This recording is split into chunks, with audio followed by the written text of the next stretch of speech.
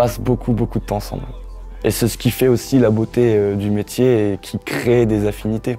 Des fois, ça m'arrive de me dire que ces gars-là, c'est pas n'importe quel gars, c'est des gars qui gèrent arpenté le monde.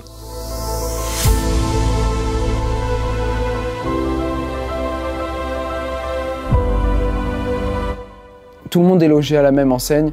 Il n'y a pas de passe-droit pour une certaine catégorie. Quand on dort dehors, tout le monde dort dehors. Quand il faut manger ration, tout le monde mange ration. Il n'y a pas les cadres, ils peuvent avoir des passe-droits parce qu'ils sont cadres. Ils peuvent manger de la nourriture personnelle. C'est un exemple un peu banal, hein, mais manger de la nourriture personnelle alors que les militaires du rang, ils n'ont pas le droit d'aller faire des appros, ça n'arrive pas. Et du coup, vivre au quotidien comme ces hommes, eh ben, ils nous considèrent vraiment. Et c'est comme ça que ça renforce les liens au sein d'un peloton.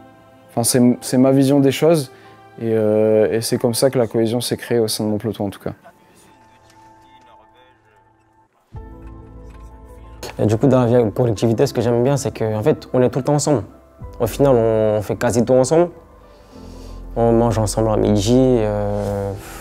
Même quand il faut nettoyer un véhicule, on est deux, ils disent en fait, quoique je vais venir avec vous. Au final, on est 5 à aller nettoyer un véhicule, quoi. C'est des trucs, moi c'est des petits trucs comme ça qui me font plaisir. Il y a toujours le petit truc entre nous, en fait. Rendre service, déjà pour moi, rendre service, c'est déjà je donne mon temps, je donne ma vie. Moi, ma vie, là, je l'ai donnée à l'armée, hein, clairement. Parce que je sais que c'est des gens, je peux compter sur eux. Et franchement, sans l'armée, je suis rien. Et vraiment. Parti de Mayotte à La Réunion à Métropole, j'avais rien. J'ai décidé de m'engager, au final, tout va bien pour moi. Parce qu'il y a des gens, ils ont su m'aider dans la vie. Je suis rentré, j'avais rien. Au final, regardez. Je suis fier de porter le trait. Donc engagez-vous, ils peuvent s'engager. Qu'ils n'hésitent pas une seconde.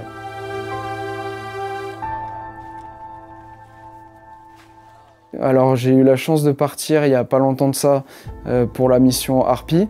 La préparation au sein d'un peloton, pour moi, elle se base sur 2 points essentiels. La première, et pour moi la plus importante, c'est qu'au sein du peloton, il faut créer une cohésion, une réelle cohésion. À partir du moment où une réelle cohésion est née dans le peloton et où les gens sont prêts à se donner à 100% pour la personne qui est à côté de lui, eh ben, dans la difficulté, même si parfois les qualités physiques pêchent ou les qualités techniques pêchent, si on cherche et on va au bout de soi-même, on arrivera à surmonter des choses très compliquées. Et parfois, on arrivera à surmonter des choses qui sont encore plus compliquées que des situations où on a les qualités techniques et les qualités physiques pour les remplir, mais qu'on n'a pas la volonté de se dépasser. Et ce qu'on demande à un soldat, en fin de compte, c'est le jour J, être prêt à se confronter à des choses extrêmement compliquées et à les affronter et à essayer de les surmonter.